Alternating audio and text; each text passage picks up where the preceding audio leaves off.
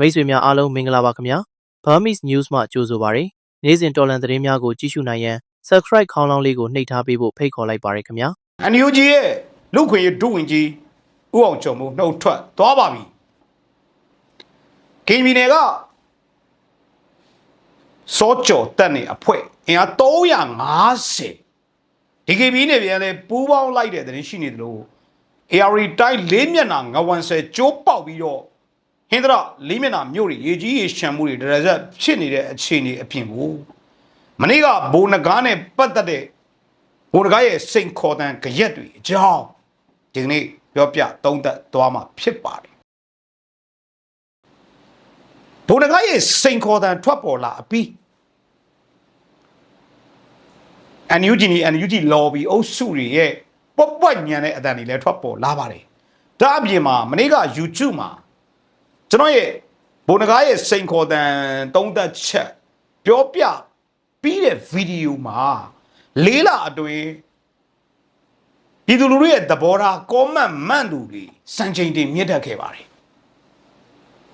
ပြည်သူလူထုရဲ့သဘောထားတွေကိုကျွန်တော်ကြည့်တဲ့အခါကျတော့လူသိရှင်ကြားတိုင်းပြည်နဲ့လူထုကိုရှင်းလင်းမယ်ဆိုတဲ့ဘုံငါရဲ့စိန်ခေါ်တန်ကိုကြိုးကြပြီးတော့ဒီစိန်ခေါ်တန်ကိုနားရဲကိုတန်ရီဘူးနဲ့လောင်းတကယ်သူဖြစ်နေတာကတော့ NUG နဲ့ NUG lobby တွေဖြစ်နေတာကိုကျွန်တော်တို့တွေ့ရပါတယ်ဆိုတော့ဆွေးနွေးစရာအကြောင်းမရှိဘူး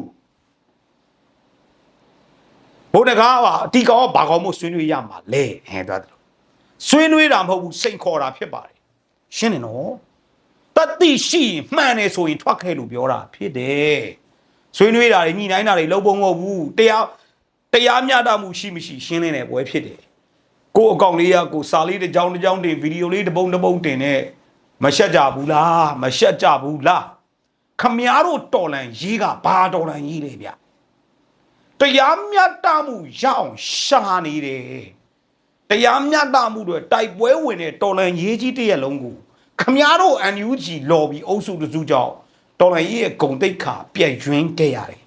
တရားမျှတမှုရှိတယ်တရားမျှတတယ်ဆိုရင်အမှန်တရားကိုငါတို့စုပ်ကင်ပြီးလှုပ်ခဲ့တယ်လှုပ်နိုင်တယ်ဆိုတွက်ခဲ့လိုက်ပေါ့ဟိုလူမလို့ဒီလူမလို့ခွဲခြားဆက်ဆံတာရွယ်ခမရတို့ကိုလူရသွင်းပြီးတော့ဆွေးနွေးခြင်းလို့ခေါ်တာမဟုတ်ဘူးခမရတို့မတရားဆွဆွဲခဲ့တဲ့ဟာတွေကိုစိန်ခေါ်ပြီးထွက်ရှင်းတာဆိုတာကိုလည်းဒီနေရာကနေပြောလိုက်ပါမယ်ဒီဗီဒီယိုကိုလည်းသူတို့စီပို့လိုက်ပါလူမြတ်ကျော်အဲ့တိုင်းပြောပါတယ်လို့ပြောရင်တအီးနဲ့လူလူထောက်ခံမှုကြားဆင်းလာတဲ့အမျိုးသားညီညွတ်ရေးအစိုးရလို့ခေါ်တဲ့ NUG အဖွဲ့ဟာဒီကနေ့ထပ်ပြီးလူခွင့်ရေးဝင်ကြီးဒုဝင်ကြီးဦးအောင်ကျော်မိုးနှုတ်ထွက်လိုက်ပါတယ်ဇွန်လ31ရက်နေ့မှာဦးအောင်ကျော်မိုးကသူ့ရဲ့လူမှုကွန်ရက်စာမျက်နှာကနေ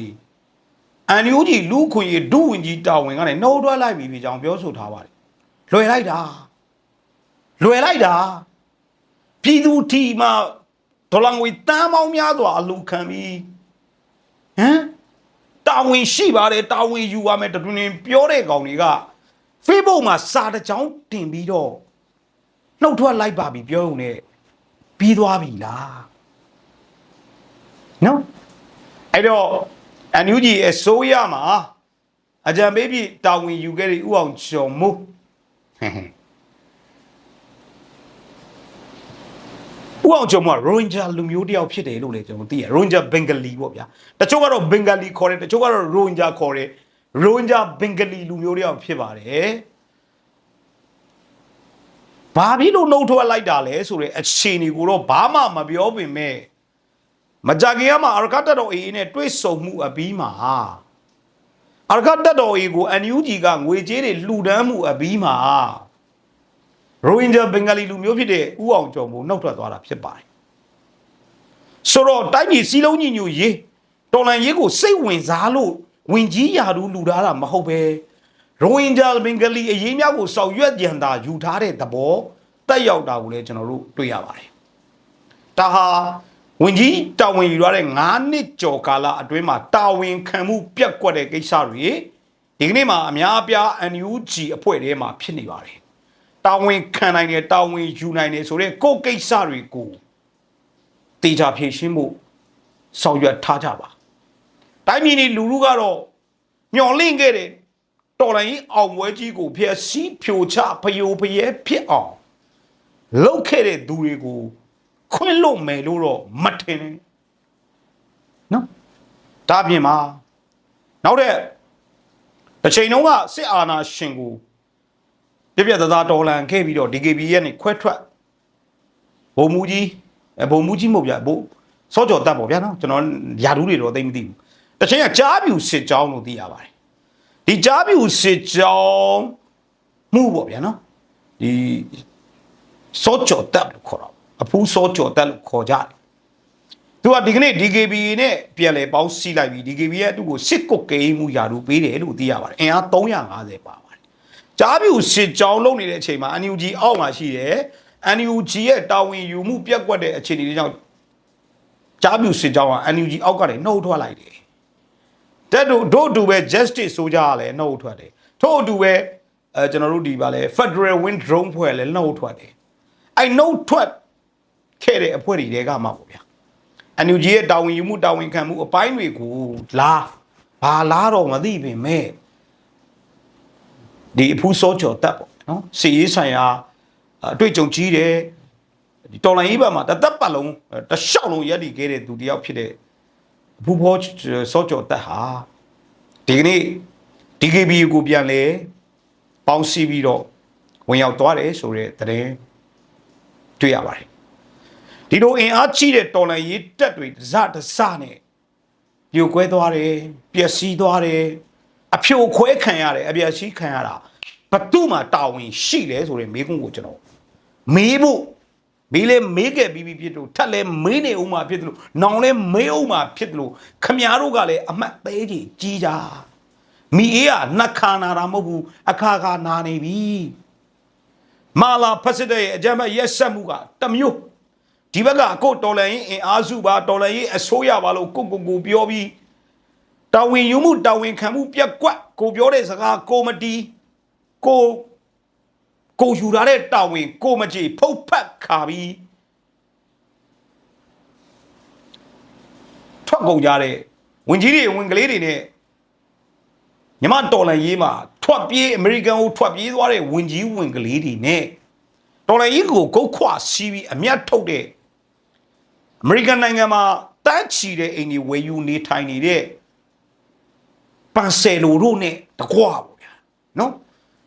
ဒီလိုလူတွေကိုခမားတို့မမေ့ပါနဲ့မမေ့ပါနဲ့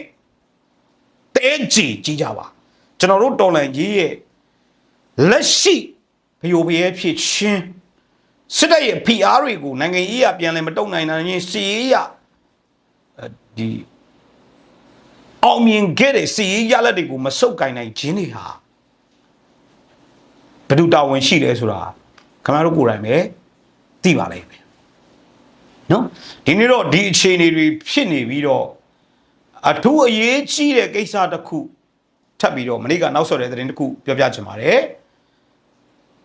PWN ကညောင်ဦးလေတဲ့ထဲကိုပြစ်ခတ်လိုက်တဲ့နောက်ဆက်တဲ့သတင်းဖြစ်ပါတယ်နားထောင်ကြည့်နေကြပြီမလား PWN တပ်ဖွဲ့ရဲ့ရှော့လိုက်တုံးပြစ်လိုက်တဲ့8လုံးပြစ်ပါတယ်9လုံးညောင်ဦးလေတဲ့ထဲကိုကြပြီးတော့ကားနှစ်စီးပေါက်ကွဲသွားပြီးအကြမ်းဖက်စစ်တပ်တပ်ဖွဲ့ဝင်6ဦးသေဆုံးတယ်17ဦးဒဏ်ရာရရှိတယ်လို့ဒီကနေ့သတင်းထုတ်ပြန်ထားပါတယ်နော်ဒီအခြေအနေတွေအပြင်ကိုအညာဒူဘိုင်းကိုမုတ်ချေမယ်လို့စစ်တပ်ဘက်ကတဲဝင်ကျင်းဝါမှုတွေလုပ်ပြီးစစ်ကြောင်းတွေတက်လာနေပါတယ်မကွေးတိုင်းမြိုင်ပေါက်မြို့နယ်တပြေညိုလက်ပံတိုကြောက်ကွက်ဖလန်ကိုင်းထောက်ရှာပင်ရေနံမော်တွေကိုထိန်းချုပ်ဖို့ကြိုးစားနေတဲ့စစ်တပ်ကြောက်ခွက်နဲ့6မိုင်ကွာမှာစီးလုံရောက်မှုတွေရှိတယ်ပကောက်ကိုအမတ်101ခြေမြန်တက်မဌာနချုပ်တမခ101နဲ့လောက်ခံတက်တွေဖြစ်တဲ့ခလာရ251ခလာရ25နဲ့ခလာရ259ခလာရ235အင်အား800နဲ့ကန်တော်ရွာစစ်တပ်စခန်းညောင်ကျစ်ပင်တွေမပြူစောတိရွာတွေနဲ့ပေါင်းပြီးတော့စစ်ကြောင်းထိုးနေတာကိုကျွန်တော်တို့တွေ့ရပါတယ်ဒါအပြင်မှာမနေ့ကဇူလိုင်လ30ရက်နေ့မနက်9:00နာရီမှာနေပြီးတော့သရာဦးလေတက်ကနေတိုက်လေ4စီးတက်လာတဲ့ Y12 တစ်စီးနဲ့ တင်းမရွာကို9 နာရီလောက်ဘုံကျဲပြီးတော့စစ်ကြောင်းကလည်းတင်းမရွာအနောက်တောင်ဘက်တဲပင်လအနီးသို့ရောက်ရှိနေတယ်လို့သိရပါတယ်အဲ့တော့ရေနံမော်တွေနဲ့6 မိုင်กว่าဖြစ်နေပြီတင်းမရွာမှာအထိုင်ချတာတဲ့အင်အားအဆမတန်များတယ်ရဟတ်ရည်တွေနဲ့လေရင်တွေနဲ့တောက်လျှောက်ဘုံကျဲနေတယ်ပေါက်နေမြိုင်ဟာစကိုင်းတိုင်းချင်းပြည်နယ်တို့ရဲ့လမ်းမဆက်သွယ်ရေးဘိုးချက်ဖြစ်တယ်တပင်းညိုလက်ဘက်တို့ကြောက်ခွက်ဖလန်ကိုင်းထောက်ရှာပင်တွေကအညာဒူဘိုင်းလို့ခေါ်ပြီးတော့ရေနံမော်တွေအများကြီးရှိပြီးတော့တော်လိုင်းရေးတက်တွေတဲ့ဘန်နာရိုက်တစ်ခုဖြစ်လေတည်ရှိနေတယ်လို့ကျွန်တော်တို့သိရတယ်ဒါကြောင့်မို့လက်ရှိအချိန်မှာရေနံမော်တွေနဲ့6 မိုင်กว่าကိုရောက်လာတာတပတ်လောက်ကြာပြီဒါပေမဲ့တော်လိုင်းရေးတက်တွေရဲ့ဂျားပြတ်တိုက်ခိုက်မှုဒီပြင်းပြတဲ့ခုခံမှုကြောင့်ပေါ့ဗျာစစ်တပ်ရှေ့မတိုးနိုင်တဲ့အခြေအနေကိုတော့ကျွန်တော်တို့တွေ့နေရပါတယ်အဲ့တော့ပြောချင်တာကကျွန်တော်တို့ကလေးဝယာကြီးလမ်းပိုင်းကလေးယာကြီးလမ်းပိုင်းတမူဒီလမ်းပိုင်းကြီးကိုလည်းစစ်တပ်ဟာ65 ရာခိုင်နှုန်းလောက်ထိန်းချုပ်ထားနိုင်တယ်ဆိုတဲ့သတင်းတွေကျွန်တော်တို့တွေ့နေရပါတယ်ဒါပေမဲ့လက်တွေ့မြေပြင်မှာတော့ဒေါ်လာအိတ်တက်တွေဟာပြင်းပြင်းထန်ထန်ခုခံနေသေးပါကျွန်တော်စဉ်းစားကြည့်တယ်ဒီလောက်အားကောင်းတဲ့အညာဒေသတော်လန်ရေးကြီးလူသားအရင်မြင့်အခွန်တွေကောက်တယ်ဂိတ်တွေထိုးတယ်အလူတွေခံတယ်တန်းပေါင်းများစွာဘာမှမလုပ်နိုင်တော့တဲ့အခြေအနေကိုရောက်သွားတာလားကြိုးစားတိုက်ခိုက်သူတွေကိုပြောနေတာမဟုတ်ဘူးစီမံခန့်ခွဲသူတွေပြောရလေဗျာကျွန်တော်ဒေါသတွေထွက်လာလိမ့်မယ်သိလားတိတ်စိတ်ပြက်စရာကောင်းတဲ့လူတွေတာဝန်ခံကြရလိမ့်မယ်ဗျာနော်ကျွန်တော်ကျန်တာတွေတော့ချွေဝေးမပြောတော့ဘူးအညာဟာရှင်ဘက်ကိုကတုတ်လုပ်ပြီး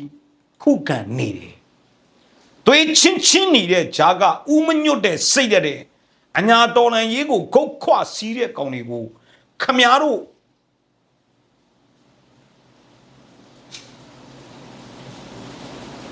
ကိုကျမကိုဖန်တီးခွင့်ကိုမရမချင်းပေါ့ဗျာအခုကအညာပါဖက်ဒရယ်တောင်းရမယ်အခြေအနေရှိနေတယ်မတမာတဲ့လူတွေရဲ့အခွန်ကောက်တာတွေတဘာဝတန်ဇာတာထုတ်ယူတာတွေနဲ့ဒီငွေကြေးတွေဟာစစ်ပွဲတွေကိုဒေါ်လာကြီးတွေကိုရောက်မလာပဲကိုကျိုးစီးပွားတဲ့ရောက်တဲ့လူတွေကိုမချေမုန်းနိုင်တဲ့၍အညာဟာဖက်စစ်တပ်ကိုအန်တုစစ်တိုက်နိုင်မှာမဟုတ်ဘူးရှင်းတယ်နော်ကိုတဘောကိုဆောင်ကြကျွန်တော်တို့ကတော့ပြောနိုင်တယ်လို့ပြောမယ်မုန်းကျင်လဲမုန်းချစ်ချင်လဲချစ်ကျွန်တော်တို့လက်ခုပ်တံမလို့အမှန်တရားနဲ့တရားမျှတမှုနဲ့ယုံကြည်ချက်အတိုင်းသာရှေ့ဆက်မယ်ဒီလူတွေရဲ့ဒုက္ခတွေကိုမျက်ကွယ်ပြုပြီးအုပ်စုဖွဲ့မရိုင်းစော်ကားချမ်းသာပြပပြေးဒီကလေးကဝအုပ်စုအတွက်ရရှိမဲ့ပြည်သူလူထုရဲ့ဒေါသကိုရင်ဆိုင်နိုင်ဖို့ပြင်ဆင်ထားကြပါလို့ခပ်ပြင်းပြင်းသတိပေးလိုက်ပါတယ်ဒီနေ့ပြည်သူလူထုဟာပေါ်တာဆွဲမှုအာရမငွေညှင့်မှုအိမ်ပေါင်းစီစက်ကြေးပေးနေရတာမှုဒါတွေကိုစစ်တပ်ကောင်တွေကအကုန်မျက်ကွယ်ပြူထားတယ်ဘာကြောင့်မျက်ကွယ်ပြူတာသိလားလောက်ပိုင်ခွင့်အကျိုးစီးပွားပေးပြီးတော့ပြည်သူလူထုဂျားထဲမှာရန်တိုက်ပေးတက်ရှို့ပြီးတော့လူရုပ်မှာတစုကိုအကျိုးစီးပွားနဲ့ထိန်းချုပ်ခွင့်ပေးတာတော့ပြည်သူကမျိုးပြပြည်သူတွေကလှုပ်မရဖြစ်နေဒါတွေပြင်မှာကိုစင်းတို့ကြီးမိမှုအပြင်တဘာဝဘေးဒဏ်တွေလည်းရင်ဆိုင်နေရတယ်ညီကုန်းကျုံအနေနဲ့ဒီကနေ့ငဝင်မြစ်တာပေါင်ကျိုးပေါက်မှုဖြစ်ပါတယ်ပြင်းထန်ပါတယ်ညောင်မေဝဲအုပ်စုက6ရွာတခုတ်ချောင်းအုပ်စုက3ရွာ30အုပ်စုက2ရွာရွာတွေအကုန်မြုပ်သွားပါပြီရေတွေကခါးလေတဲ့အိမ်ဇက်မိတ်ဒီကတ်လာပြီးတော့အိုင်တပြုတ်ကိုညနေဆိုရောက်ပါပြီအိုင်တပြုတ်ကတော့ဟင်းတရသွားတယ်ကားလမ်းဖြစ်ပြီးအဲ့ဒီလမ်းကိုရေကြိုရင်ငါတိုင်းကျောင်းဘက်ကိုဘယ်လိုသွားမှမသိသေးဘူးဆိုတဲ့အခြေအနေတွေရှိပါတယ်လေးမျက်နှာမြို့တဲ့ကငဝေရေကာတာကျိုးသွားပါပြီ10ကျိုးသွားတဲ့အခြေအနေပါလေးမျက်နှာမှာရှိတဲ့မြို့တွေအားလုံးမြုပ်သွားပြီးအိမ်တွေအကုန်ဒီပါပြောင်းနေရတဲ့အခြေအနေပါလက်ရှိချိန်မှာရွာပေါင်း17ရွာတခုတ်ချောင်းကျေးရွာအုပ်စုတွေ30ကျွေးရွာအုပ်စုတွေအကုန်မြုပ်နေပါပြီအမှန်တရက်ကောမှာနေတဲ့သူတွေပြောပြချက်အရာဆိုရင်တော့ရေကရင်ဘတ်နားကိုရောက်နေပြီထပ်တက်ဖို့လည်းဖြစ်နေပြီဒီငဝင်ဆဲကျိုးမှုအတွက်ဘယ်သူမှတာဝန်ရှိတယ် လက်ရှိအချိန်မှာတော့ပြည်သူလူထုတွေဟာရန်လူမျိုး၅ပါးအပြင်ကိုမှကတ်၃ပါးစိုက်နေတဲ့အခြေတွေကိုရင်ဆိုင်နေကြရတယ်နော်အဲ့တော့ဒီငဝင်ဆယ်ကျိုးမှုအပြင်ကိုရေကာတာကျိုးပေါက်မှု၃ချိန်ထပ်မနေကြုံခဲ့ရတဲ့ AR တိုင်းဟာ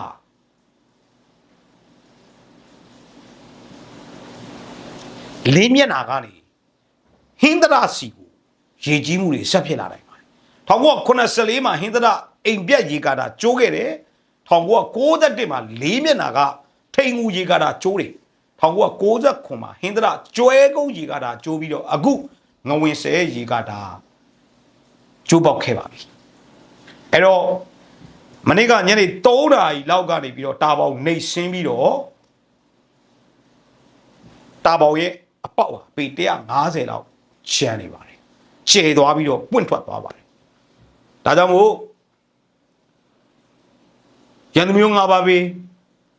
စစ်ဘလူးဘေးမှာကင်းဝေးစီဖို့ပြည်သူလူထုတတိတမန်ညံမြေကရုံနဲ့စာဝေးနေရေးကုံစင်းလုံးဂျာဒီဥရုမင်းစိုးမင်းကြီးဘေးတွေနဲ့မင်းအောင်လိုက်စစ်ဘလူးဘေးကကင်းဝေးဖို့အကောင်းဆုံးကြိုးစားရမယ်နီလန်းကတော့ကျွန်တော်တို့ခင်ဗျားတို့ပြောနေကြတော်လန်စစ်ကိုအနိုင်တိုက်ဖို့လိုတယ်လူပီသားတွေစံနှုံးတွေအခွင့်အရေးတွေလူပီသားတော့နေတိုင်းစားတော့ရောက်ခြင်းတွေမရှိတဲ့ကျွန်တော်တို့နိုင်ငံမိအေးကနှစ်ခါမဟုတ်ဘူးအခါကနာခဲ့ပြီပြည်သူလူထုဘက်ကလည်းအစင်ပြေသလိုနေမယ်ငါနဲ့မဆိုင်ပါဘူးဆိုတာတွေဖျောက်တိုင်းပြည်ရေးရခင်ဗျားတို့အရေးခင်ဗျားတို့အရေးရကျွန်တော်တို့အရေးတယောက်ချင်းစီကတာဝန်တိတိနဲ့ကျွန်တော်တို့နိုင်ငံသစ်လူပီသားတဲ့ဘဝတွေရတဲ့နိုင်ငံစီကိုခြိတတ်ဖို့အားလုံးအတူတစိတ်တဲ့တဝန်နဲ့ရှိနေဖို့လိုတယ်လို့ပြောရင်းဒီကနေ့အခင်းချင်းကတော့ခင်ဗျားတို့စိတ်အားတက်เสียတော့မဟုတ်နေဘူးသို့တော့နိုင်ငံရေးဆိုတာကမျက်စိတမိတ်လက်တပြက်အတင်းလဲဗျံကနေပြောင်းသွားနိုင်တယ်မင်းအောင်လိုင်ကအာဆီယံကိုတရုတ်အားကိုးနဲ့စိန်ခေါ်နေပြီအခင်းချင်းကပြောင်းရင်မြန်လိမ့်မယ်ဘလို့ပြောင်းလဲတော့ကျွန်တော်တို့မသိသေးဘူးဒီကနေ့နောက်ဆုံးအခြေအနေများအရာကြားဖြတ်အရေးအာဆီယံကိစ္စဒေါ်ဆန်းစုကြည်လွတ်မြောက်ရေးဖိအားပေးမှုတဲ့အထိစစ်အုပ်စုကလည်းထွက်ပေါက်ပိတ်အောင်ကြက်တဲနေတယ်ပြည်သူကိုလည်းဒီဘက်မှာကြက်တဲအောင်လုပ်ထားတယ်ပြည်သူလူထုနဲ့တော်လှန်ရေးအင်အားစုကလည်းဗတ်ပေါင်းစုံကရှင်ဘတ်ကြီးနဲ့စီးခံထားတယ်